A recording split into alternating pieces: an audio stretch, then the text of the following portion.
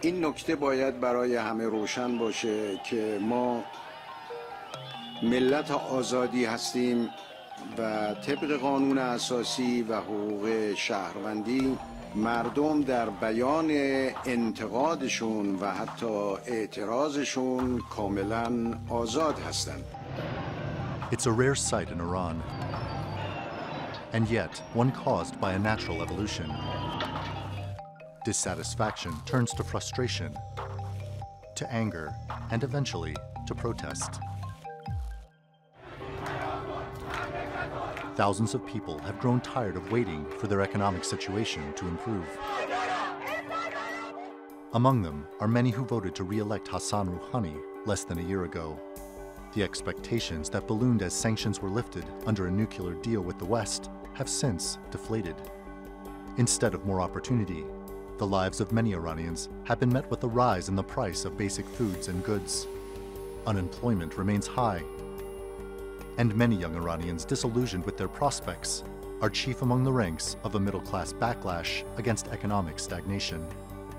Many also reject Iran's expansionist foreign policy, which has seen Tehran's influence in the region grow in recent years. These protests are the largest since those that followed the disputed re-election of former President Mahmoud Ahmadinejad in 2009. But these are different times, with no indication that the now faded opposition Green movement is behind the current unrest. Brave Iranians are pouring into the streets. They seek freedom, they seek justice, they seek the basic liberties that have been denied to them for decades. Iran's opponents abroad couch the protests as a backlash against the Islamic Republic itself. US President Donald Trump chimed in using Twitter to say just that. But the extent to which the demonstrations threaten the broader religious system in Iran so far seems dubious at best. Some protesters have gone as far as denouncing Ayatollah Ali Khamenei. This video is believed to show protesters tearing down one of the ubiquitous pictures of the supreme leader. Hassan Rouhani is a moderate reformer whose power is curtailed by clerical and military institutions with competing agendas. He's advocated for a delicate approach to the situation. به نظر من اون چی که این چند روز واقع شده ظاهرش یه نوع تهدید بوده. باید تبدیل کنیم به فرصت. ببینیم مشکل چیه. And while there hasn't been a crackdown like the one seen in 2009, hundreds of people have been arrested. And there are reports the government has shut down access to social media platform Instagram and the popular phone messaging app Telegram, something Iran's communication minister deflected as rumor. What happens next could well define the future of an opposition movement currently in disarray, one that hasn't harnessed the widespread dissatisfaction that has spilled out across the country. Randolph Nogel, The Newsmakers. Well, joining me now from Marbella in Spain is Mehrdad Khonsari. He's a former Iranian diplomat.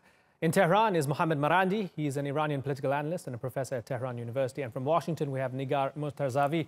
She's an Iranian-American journalist. I thank you all for joining us here on The Newsmakers. Now, it's clear that there's discontent on the streets. It's hard to gauge the scale, the intentions, the goals.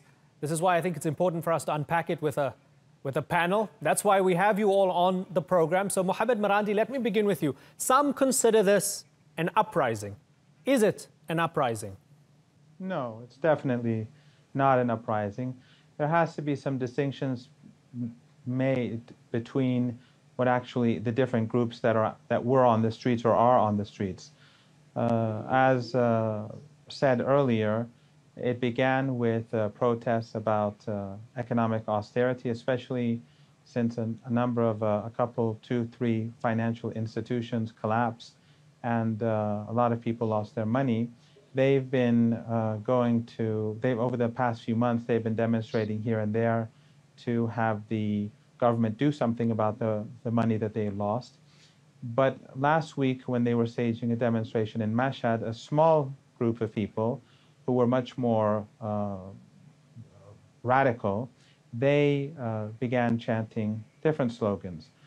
And following that, from the very next day, we had this spread, small groups in different cities, which have been chanting much more radical slogans against the president, against the leader, against the government institutions, state institutions, and increasingly violent. And they have been, to a large degree, been supported from outside of Iran. They've been using social media apps, such as especially Telegram. These groups, very large groups, have been inciting violence. They've been teaching people how to use and make Molotov cocktails. Mm-hmm.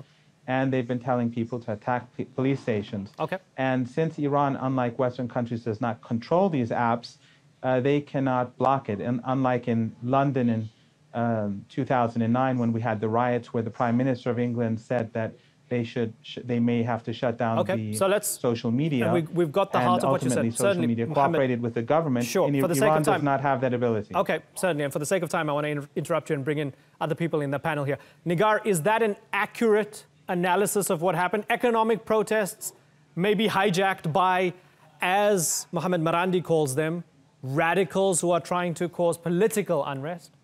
Well, these definitely started as economic protests, as a dissent, legitimate dissent, a grievance at the economic mismanagement that's been going on for years, not just from this administration. But it escalated. Actually, reformists blamed the hardliners in the city of Mashhad for enticing very radical slogans, first against the president, but then it got out of hand, it escalated.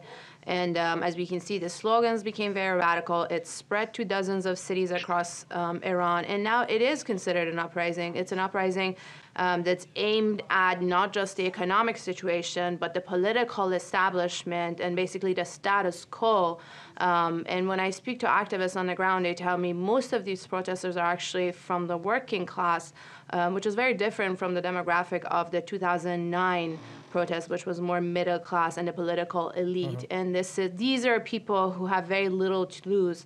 And that's one of the reasons maybe that the protests have become so radical. Mehrdad Khonsari, is this a big thing or will it die down?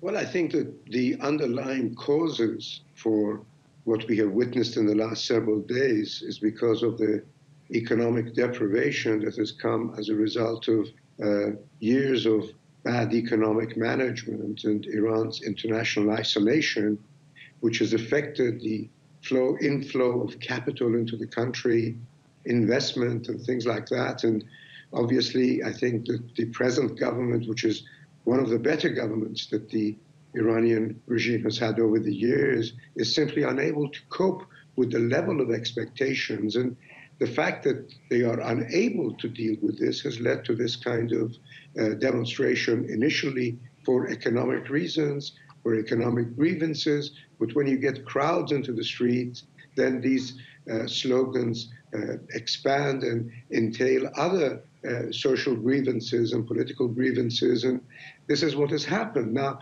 whether these go on or not, I can't say. But if they are put down or if they are shut down or if they go away, the underlying causes will continue to remain until they are actually addressed. And the addressing of that cannot happen until there are certain structural reforms within the system allowing for these things to happen. And later on in the discussion near the end, I'll ask you what sort of structural reforms you might suggest. But let's go back to Mohammed Marandi. So would you accept that whatever the trigger, even though it might have been over economic grievances, it has ballooned into something bigger now? Whoever might have inspired that ballooning, and as things stand, it's not a good look for the government, given that at least 20 people have been killed. I understand that a cop was also shot down by a protester in Najafabad, but for the most part, it's been the other way around.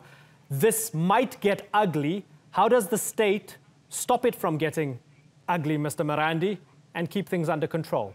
Well, first of all, I don't agree that it is something bigger, and it's not a class thing either. In Tehran, at least, we haven't had any major rioting in Tehran or any major protests. We had between 70 and 200 on our campus and near our campus at the University of Tehran. But people did not join it, and they were mostly students. Actually, the following day, there was a much larger anti-riot protest on campus by other students. So it's not as simple as that. I think that it's obvious that there are structural problems, like there are across the world right now.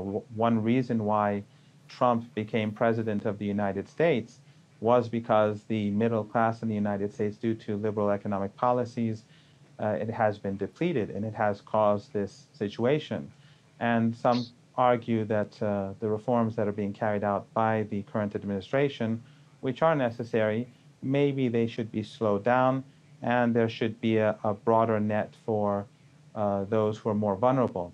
But I would like to point out a couple of things, in that among those who were killed, were quite a few of them were killed attacking police stations, and the police resisted. More than one person was killed among the police, and 3 people were killed. A family was killed when a fire engine, a fire truck, which was taken by the rioters, they pushed it down a hill and it went into a car and killed the whole family. Understood. So when you look at it from this perspective, the police have shown a great deal of restraint, and actually there's a lot of anger towards the rioting, and it has died down during the last 2-3 days. So I think that the narrative that exists in the West, part of it has to do with wishful thinking than the reality on the ground. And it's interesting that you talk about the narrative in the West. Let me ask you, Negar, especially given that you're in Washington, D.C., Trump clearly wants a piece of this. He seems to be wanting to use the events that are taking place on the streets of Iran for his own political purposes. Maybe the Israelis do as well. Maybe the Saudis do as well. A whole number of countries. They all want a piece of it. That doesn't necessarily mean they are behind it, which some Iranians are claiming. But given that Trump has so heavily used the opportunity to criticize Iran, we've seen the US State Department Deputy Assistant Secretary as well talking about more sanctions because of this crackdown. The US seems to be champing at the bit to get involved. Is this wise?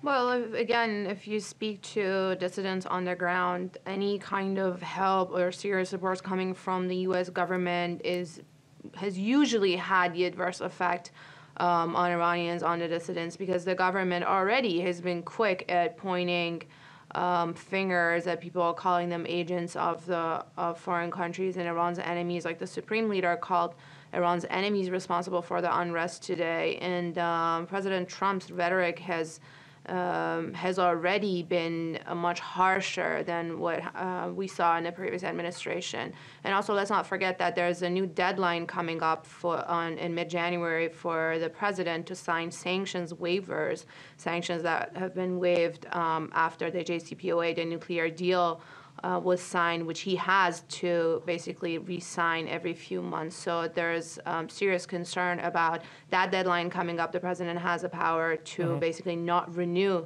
the lifting of those sanctions and unravel at least the U.S. side of the Iran deal, which will have even more severe impacts on the Iranian economy. Mehrdad Khonsari, as we look forward, we look at Iran with huge oil and gas reserves. We look at Iran that had a bit of a cash bonanza as a result of that Iran deal. It's a growing influence in the region, in Iraq, in Syria, in all manner of countries in the region. It has an expansion in the region. It's possibly becoming a bigger power, but now it has internal unrest. Is it because of that? Is it focusing too much on matters outside of its borders, in places like Lebanon as well after that? And has it neglected things back home? And if you were Ayatollah Khamenei, if you were President Rouhani, what would you do differently to end this protest wave and try and fix things? Well, much is said about the fact that Iranian resources have been diverted from the domestic to the foreign, you might say, areas. I don't go along with that. I think Iran is is a major regional power. It is playing an important role in the region, not so much because of its expansive policies, but mainly because of the policies failures on the part of the West that started certain events in Iraq, Syria, and previously in Lebanon, and then abandoned it and created a vacuum which Iran has filled. The amount of resources invested by Iran in comparative terms is minute, but there are certain problems within Iran in terms of managing the economy. And Negar mentioned the fact that there was some sort of some benefits, following the signing of the nuclear deal. But what came into Iran was really nothing compared to what should have come into Iran. Iran is the largest, perhaps the largest foreign investment capital market in the world today. Right. Yet the amount of foreign investment coming into Iran is minute. So that is because of the fact that the Americans, irrespective of what they do, they have not removed from the time of President Obama the kind of restrictions that prevents foreign banks from investing in Iran or going along with major capital projects. And this has harmed the programs and the plans which the Rouhani government had for reviving the economy. So, but these things, are important factors. And I don't think that Iran's regional, you might say, situation, which is obviously something that is favorable, and many regional powers are against this and want to sort of deprive Iran of its, you might say, of the position that it has gained. But that has really nothing to do with the kind of reforms that need to be made inside Iran to prevent corruption, to prevent the Revolutionary Guards and their companies from trying to dominate Iran, for creating oligarchs, bypassing customs laws, avoiding payment of taxes and dues, depriving the government of the kind of revenues it needs to flush back into the economy and help with jobs and employment and, issues of that nature. Okay. Negar, let me ask you, I mean, it's a young and vibrant population in Iran. If you were a young protester protesting unemployment or inflation and you're out on the streets purely because of that, but maybe because of some political grievances as well, and then you hear Ayatollah Khamenei saying that this is the work of the enemy trying to infiltrate Iran, what's that going to do?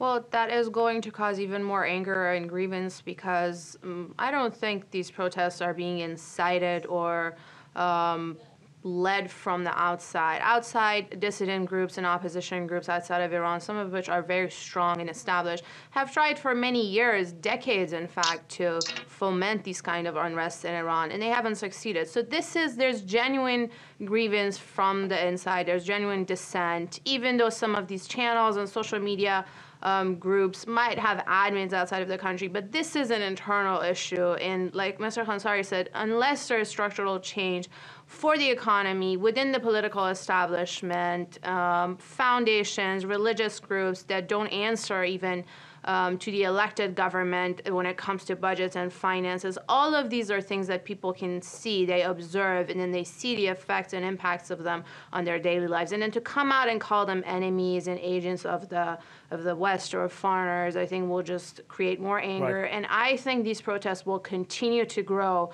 unless there's serious crackdown and violence. Okay, and as we complete the circle, Mohammed Marandi, I'm going to give you the final word. If you don't mind, in less than 30 seconds, please, because I have to move on to another segment. But final word to you, Mohammed Marandi.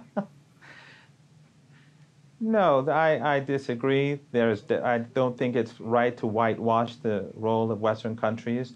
BBC Persian, VOA Persian, they have played a major role in trying to fuel the flames. We see these groups outside of Iran pushing people towards violence. It's quite evident, and the United States and the Europeans do not stop it. We know that the Mujahideen Khalq terrorist organization, which assassinated hundreds of people and blew up bombs throughout the country in the 1980s and fought alongside Saddam Hussein, they're now based in Europe and North America. They have supported this, and their people, according to the Ministry of Intelligence, have been involved in this. And of course, part of the economic problems in the country are because of the sanctions. The Americans were supposed to lift the sanctions. They betrayed the Iranian negotiating team by not lifting the sanctions. And the president uses the Revolutionary Guards to take care of major projects because foreign investors are not coming in. The Revolutionary Guards themselves, they lose money as a result of these investments. There is no other option but for them to take part because the Americans are trying to prevent foreigners from coming inside the country. And the budget in the country is passed by Parliament and is put to the Parliament by the President. So I think the leader is not talking about ordinary people. He's talking about the rioters, and the rioters who are definitely linked to the outside. Ordinary grievances by regular people are legitimate, and they should remain legitimate in the eyes of everyone. But violent acts, as in London 2009 when 5 people were killed, were not tolerated by the British government, and ultimately social media companies helped the government to arrest the people who led to those 5 people getting killed in England. Nigar, I know you disagree, but unfortunately I can't give you the opportunity to come in because I have to move on, so I'm going to have to be a bad person. I apologize for that. We are out of time, but Mehrdad Khonsari, Mohammed Marandi, and Nigar Mortazavi, it's been a pleasure having you all on the Newsmakers.